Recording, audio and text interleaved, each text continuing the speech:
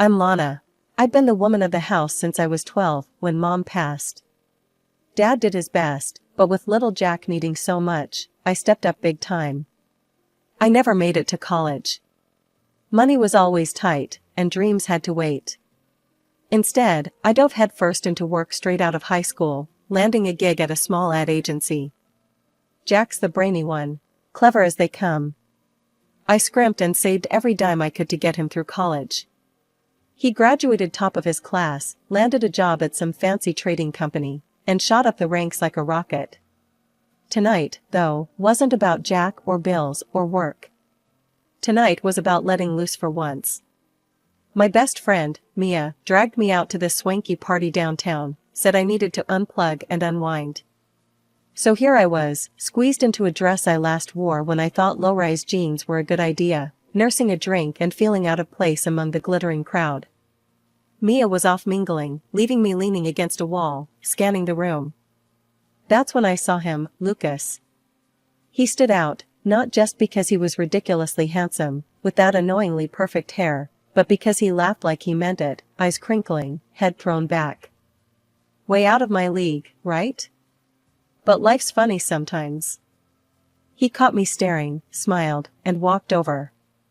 My heart did a weird flip. Hi, I'm Lucas. I couldn't help but notice you from across the room, he said, voice smooth like he practiced it. I blinked, words stuck somewhere between my brain and my mouth. Lana. Hi. Enjoying the party, Lana? His eyes twinkled with genuine curiosity, not the bored politeness you'd expect at these things. It's all right. Not really my scene, you know? Too many ties and high heels, I muttered, feeling my cheeks heat up. He laughed, and it was like a warm blanket on a cold night. I hear you. I'm about ready to ditch the tie myself. So, what do you do when you're not critiquing fashion choices at fancy parties? Advertising. Well, more like wrangling ads and hoping people click on M more than they ignore M, I said, warming up to his easy demeanor. Sounds like a challenge. I'm in software myself. And speaking of challenges, how about we challenge each other to a dance? This party could use a little livening up, he offered, hand outstretched. The music was some kind of jazz electronic fusion, the beat just right. We moved awkwardly at first, but soon found a rhythm. By the end of the song, I was laughing, breathless, and surprised at how much fun I was having. As the party wrapped up, Lucas leaned in. Could I see you again? Maybe somewhere less sparkly? Sure, I blurted out, surprised at my own boldness. I'd like that. We exchanged numbers, and he flashed me another heart-stopping smile, before disappearing into the night. Walking home later, under the streetlights with the city quiet around me, I couldn't help but think maybe, just maybe, this was the start of something new. Since that party, me and Lucas had been pretty much inseparable. It felt like we'd known each other for ages, not just a few months. We'd go out for cheap eats, walk around the park, or just hang at my place, talking till it was way past decent bedtime hours. Lucas had this way of making everything seem interesting. It was a chilly Saturday when he said, "Hey, let's go for a drive." "Sure, where to?" I asked, pulling on my oldest, comfiest sneakers. "It's a surprise. Trust me, you'll like it," he winked, that grin plastered on his face that told me trouble in the best way possible. We drove out of the city, the buildings shrinking behind us. After about an hour, we ended up at this little lookout spot overlooking the river. The sun was just setting, turning the sky all sorts of crazy beautiful colors. Lucas led me to a secluded spot, pulled out a blanket from his car, and we just sat there, watching the light fade. "You know, Lana, these past months with you, they've been the best," he started, his voice more serious than usual. "I love being with you. You make everything better, and I can't imagine not having this, not having you." I didn't know what to say. I mean, I felt it too, but hearing it? That was something else. Lucas, Before I could finish, he reached into his jacket pocket and pulled out a small box. My heart skipped about a dozen beats. "Lana, will you marry me?" he asked, opening the box to reveal a ring that sparkled even in the fading light. I stared at him, then at the ring, and all I could think was how this wasn't my world. Fancy rings, proposals at sunset, that was stuff for other people, not me. But looking at Lucas, seeing him all nervous and hopeful, I realized that maybe, just maybe, it could be my world too. Yes, Lucas. Of course, yes. I laughed, the sound bubbly and a bit hysterical, even to my own ears. He slid the ring on my finger, and we hugged, the world spinning around us like one of those cheesy movie scenes. But it didn't matter. It was real, it was ours, and it was just the beginning. Or so I thought. When we got back to my place, I called Jack first thing. Jack, you're not gonna believe this. What? What's up? His voice was alert, ready for anything. Lucas proposed. There was a pause, then. He what?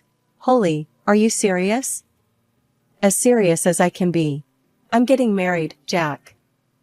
Oh, Lana, that's incredible. I'm so happy for you. Lucas is a great guy. You two are gonna be amazing together. Thanks, Jack. I think so too, I said, a smile so wide my face hurt. We talked a bit more, but I could tell Jack was genuinely stoked for me. It felt good, having my little brother's blessing. It was supposed to be just dinner, but standing at the doorstep of Lucas's parents' house, it felt more like I was gearing up for battle. His mother, Mrs. Aldridge, answered the door with a plastered smile that didn't reach her eyes. Lana, finally we meet, she said, her tone cool. Lucas has told us so little about you. I tried to smile, brushing off the chill her words left. Thank you for having me, Mrs. Aldridge. Oh, please, call me Diane, she insisted, but her voice was stiff, formal. The house was immaculate, like something out of a home decor magazine, and it made me self-conscious of every speck of dust I might have carried in. We moved into the living room, where Mr. Aldridge was already seated, looking up from his newspaper with a scrutinizing gaze. So, you're the girl who's stolen my son's heart, he remarked, not unkindly. I nodded, managing a small yes, sir, before settling into an armchair Lucas pointed out, feeling it swallow me whole. Diane didn't waste any time. As soon as we were seated, she began her interrogation, her questions sharp and her curiosity seeming more like an investigation. Lana, Lucas mentioned you grew up locally. Tell me about your family.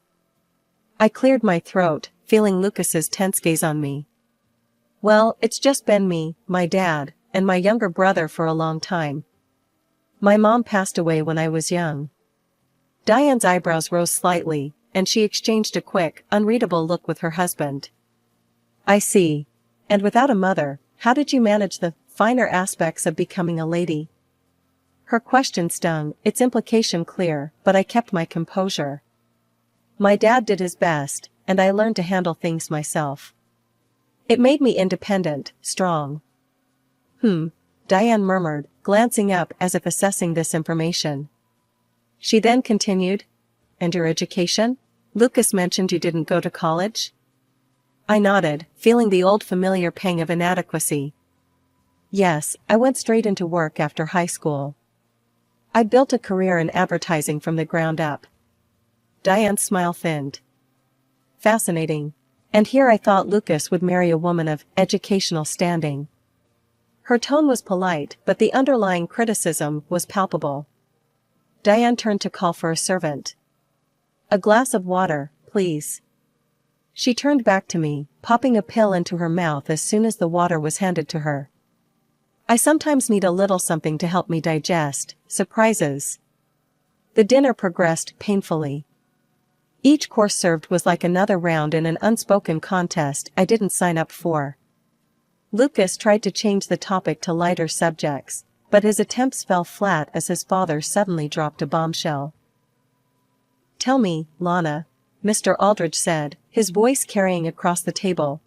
Is there perhaps another reason for this rushed engagement? You aren't expecting, are you? My face heated up at the blunt question. No, sir, I replied, my voice a mix of shock and indignation. It's not like that at all. As dinner wrapped up, I felt defeated, the weight of their judgments pressing down on me. I looked to Lucas for support, but he was preoccupied, his attention more on his phone than the conversation. It hurt, seeing him so detached when I needed him most. The months leading up to the wedding were a blur of appointments, decisions, and constant second-guessing, mostly thanks to Diane. She had a knack for making the simplest choices feel like life or death decisions. Jack was my rock through all of it, always ready to lend an ear or a hand. Jack and I were in the middle of discussing table settings one afternoon when I got a call from her. I put her on speaker so Jack could listen in, a grimace forming on my face as I braced for the onslaught. Lana, are you sure you want to go with these colors? I mean, they're a bit, well, plain, don't you think? Diane's voice would always drip with a blend of disdain and false concern. Diane, we thought these colors were neutral, elegant. I tried to defend our choice, but my voice wavered under her scrutinizing tone. Darling, neutral is just another word for boring. Remember, this wedding isn't just about you, it's about our family too. We have a reputation to uphold. Diane responded sharply. Jack rolled his eyes, mouthing, "Here we go again," as he listened. Frustrated, I suggested, "What about adding some brighter accents? Maybe some red napkins? They could really pop against the white tablecloths." There was a pause on the line. Red? Are you serious? That's the epitome of tacky, Lana. Red is so garish. It's completely out of the question. Diane shot down the idea instantly. Yet, just a week later, at a meeting with the venue's event coordinator, Diane did a complete 180. You know what would really stand out? Red napkins, and oh, let's not forget red flower vases for each table, she exclaimed with a flourish, as if it were her idea all along. I sat there, stunned, exchanging a bewildered look with the coordinator who seemed just as confused. Jack, who had tagged along, snickered under his breath. She's unbelievable. Did you not say last week that red was tacky? I couldn't help but confront her as politely as I could manage. Diane waved a dismissive hand. Oh, I meant it's tacky if not done properly. But I trust this lovely lady to handle it with class, she cooed at the coordinator, completely ignoring my input. Later, I vented to Lucas about his mother's contradictory and controlling behavior. She's driving me insane, Lucas. It's like she's doing this on purpose. Last week, red was tacky, and now it's her brilliant idea? Lucas sighed, rubbing the back of his neck. Lana, that's just how they are. They're set in their ways. We can't change them. You know how my mom likes to take charge. Maybe it's easier if we just let her have this one. I was flabbergasted. Easier for who, Lucas? This is our wedding, not just a party she's throwing. He didn't have an answer for that, just a shrug and a helpless look that said he was as caught in the middle as I felt. The morning of my wedding, the air buzzed with a mixture of excitement and nerves. I stood in front of the mirror, adjusting the delicate lace of my dress, the fabric falling perfectly just how I'd always imagined. My dad knocked gently on the door, poking his head in. "Ready, Lana?" he asked, his eyes misty. I took a deep breath, smoothing down my dress one last time. "As I'll ever be, Dad." He offered his arm, and I took it, feeling the weight of the moment settle over me. We walked together, the sound of our steps mingling with the soft music that filled the air. As we emerged, the sight of friends and family all turned to watch us approach filled me with a warmth I hadn't expected. My dad squeezed my hand as we walked, his presence a calming force.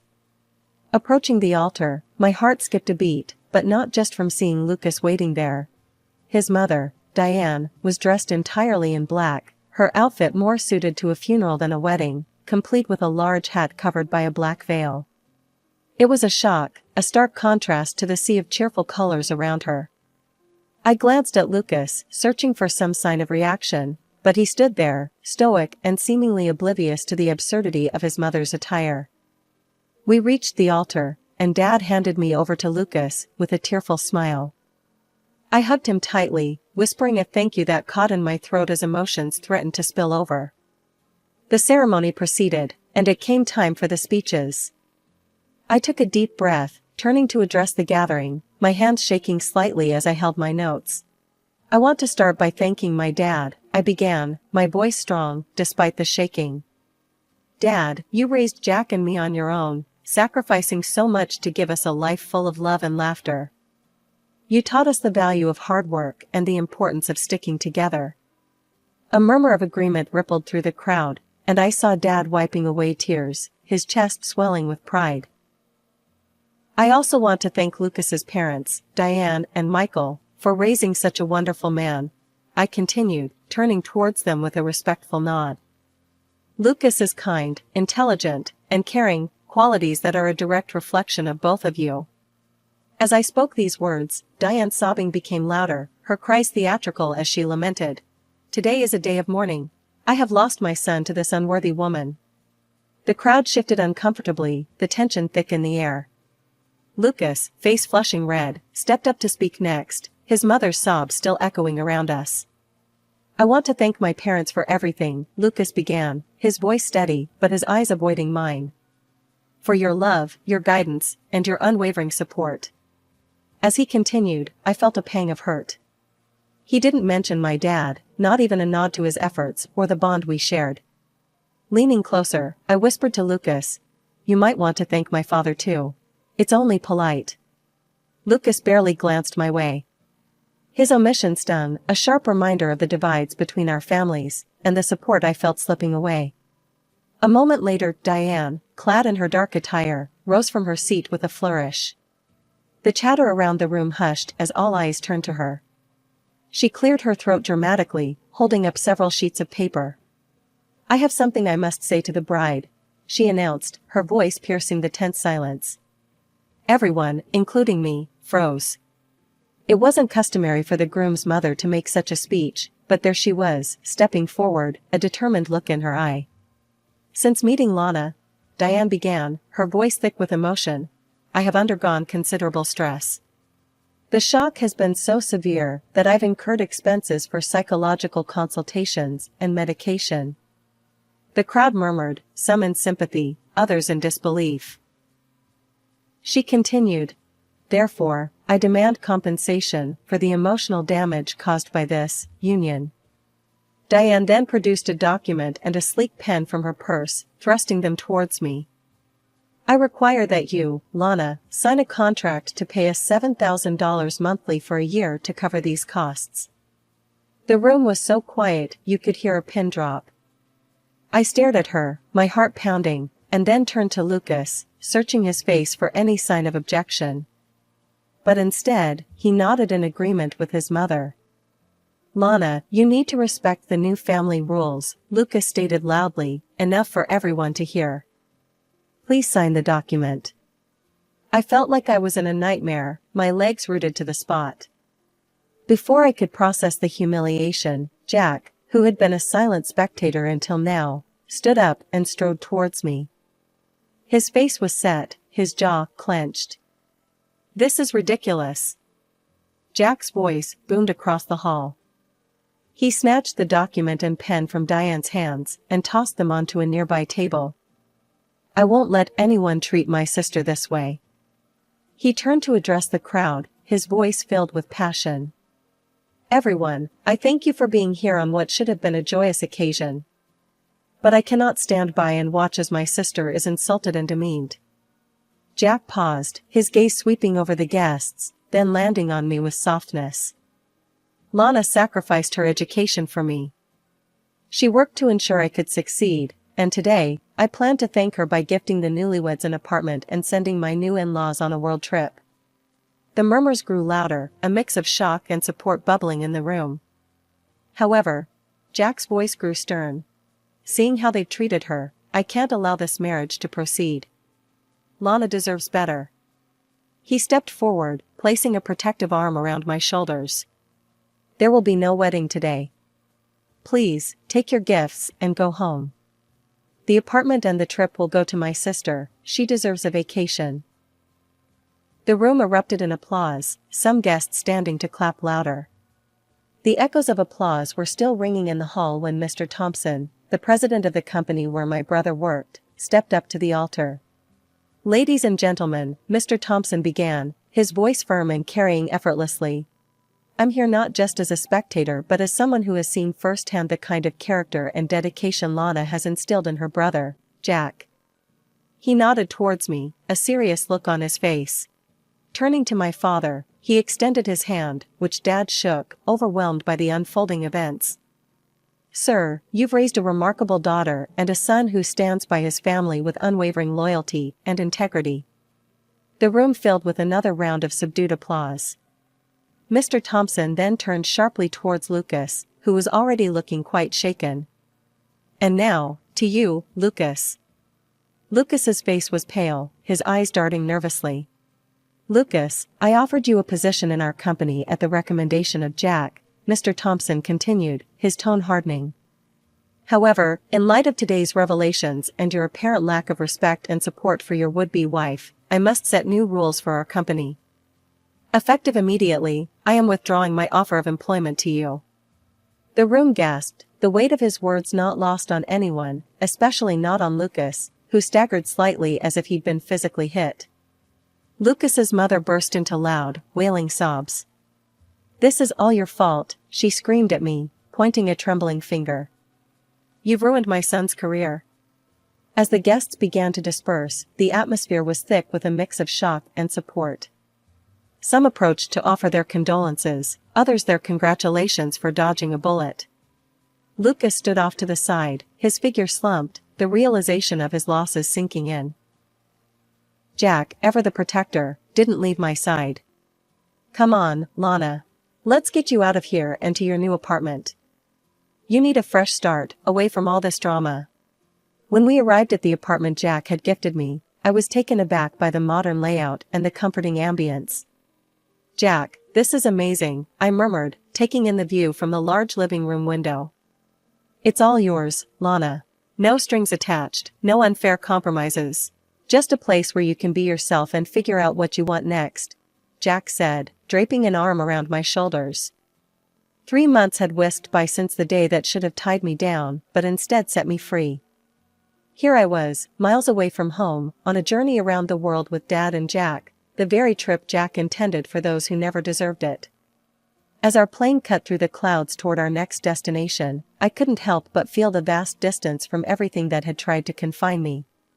Jack nudged me as I stared out the window.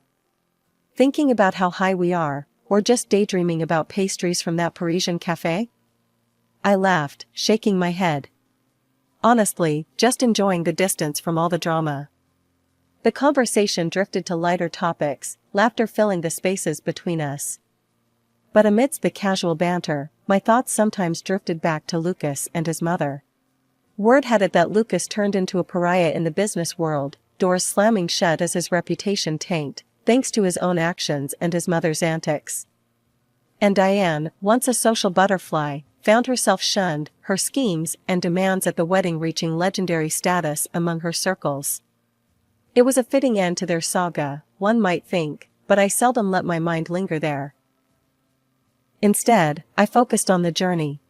It was on a sandy beach in Thailand, watching the sunset paint the sky with strokes of orange and pink, when I met Alan. He was there with his little daughter, Mia, building a sandcastle near where Dad, Jack, and I were lounging. Mia came bounding over to us with a shell in her hand, offering it to me with a shy smile. "This is pretty, thank you. What's your name?" I asked her. "I'm Mia. That's my daddy." She pointed to Alan, who was now walking towards us, a friendly grin on his face. "Hope she's not bothering you," Alan said as he reached us, his voice warm. "Not at all," I replied, handing Mia back her shell. We were just admiring her shell collection. Alan sat down with us, and we started chatting. He was from Australia, a widower taking some time to travel the world with his daughter. As days turned into weeks, our paths crossed often, between guided tours and hotel stays. Alan and I found ourselves sharing stories over coffee while Mia and Jack concocted sandcastles and adventures. It was easy, comfortable, and something about him felt like home. One evening, as we watched the sunset, Alan turned to me. "Lana, I know this trip is a reset for you, but when we get back, would you want to maybe see where this could go? I looked at him, at the honest hope in his eyes, and felt a surge of warmth. I'd like that, Alan. Let's see where it goes. As the trip neared its end, my heart was full. Not just from the adventures and the break from my past life, but from the possibility of a new beginning. With each country we left behind, I felt less of the old ties that bound me and more of the new connections that beckoned.